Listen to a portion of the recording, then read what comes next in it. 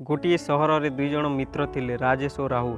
ଦୁଇ ଜଣଙ୍କ ସ୍ୱପ୍ନ ଥିଲା ତାଙ୍କର କ୍ୟାରିୟରରେ କିଛି ବଡ଼ କରିବା, କିନ୍ତୁ ଦୁଇ ଜଣଙ୍କର ପଢ଼ିବାର ତରିକା ଅଲଗା ଥିଲା। ରାଜେଶର ସଦା ଏହି ଭାବନା ଥିଲା ଯେ ତାଙ୍କର ଲେଖିବାର ଦକ୍ଷତା ଓ ସୃଜନାତ୍ମକତା ତାଙ୍କୁ ଆଗକୁ ନେବା, କିନ୍ତୁ ପଢ଼ିବାରେ ସେ ବହୁତ ଦୃଢ଼ ନଥିଲେ। ରାହୁଲ ଦ୍ୱିତୀୟ ପକ୍ଷରେ ବହୁତ ପରିଶ୍ରମୀ ଥିଲେ, ସଦା ତାଙ୍କର ପଢ଼ିବା ଏବଂ ବହି ଖୋଲି ରହିଥିଲେ ଏବଂ ତାଙ୍କର ଜୀବନର ଏକମାତ୍ର ଲକ୍ଷ୍ୟ ଥିଲା ମାର୍କ ଆଣିବା ଓ ଟପ୍ କରିବା। ରାହୁଲ ଭାବୁଥିଲେ ଯେ ରାଜେଶ ସେମାନଙ୍କର ସମୟ ୱେଷ୍ଟ କରୁଛନ୍ତି ଓ ରାଜେଶ ଭାବୁଥିଲେ ଯେ ରାହୁଲ ସେମାନଙ୍କର ଜୀବନକୁ କେବଳ ଏକ ଫର୍ମୁଲା ଭାବରେ ଗତି କରୁଛନ୍ତି। ଦୁଇ ଜଣଙ୍କ ମଧ୍ୟରେ ଛୋଟ ଛୋଟ ଝଗଡ଼ା ହେଉଥିଲା, କିନ୍ତୁ ହୃଦୟ ସହିତ ସେମାନେ ଦୁଇ ଜଣ ମିଳିମିଶୁଥିଲେ। ଏକ ଦିନ ଏକ ବଡ଼ ପରୀକ୍ଷା ଆସିଲା ଯାହା ଦୁଇ ଜଣଙ୍କର ଭବିଷ୍ୟତ ଫସଲା କରିବାକୁ ଥିଲା।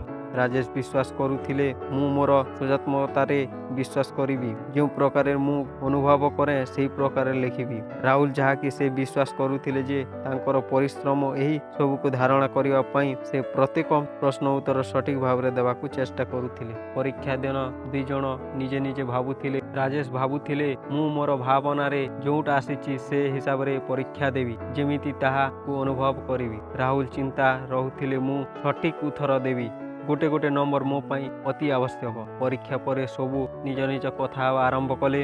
ରାହୁଲ ନିଜ କନଫିଡେନ୍ସ ଅନୁଭବ କରୁଥିଲେ, କିନ୍ତୁ ରାଜେଶ ଚିନ୍ତାରେ ଥିଲେ। କିଛି ଦିନ ପରେ ପରୀକ୍ଷା ଫଳାଫଳ ଆସିଲା।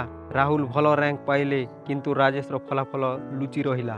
ରାହୁଲ ଭାବିଲେ, ମୁଁ ଜିତିଛି, କିନ୍ତୁ ରାଜେଶର ଚେହେରା ଟିକେ ଅଲଗା ଥିଲା। ତାପରେ ଦିନେ ରାଜେଶକୁ ଏକ ନୂତନ ସୁଯୋଗ ଚିଠି ଆସିଲା।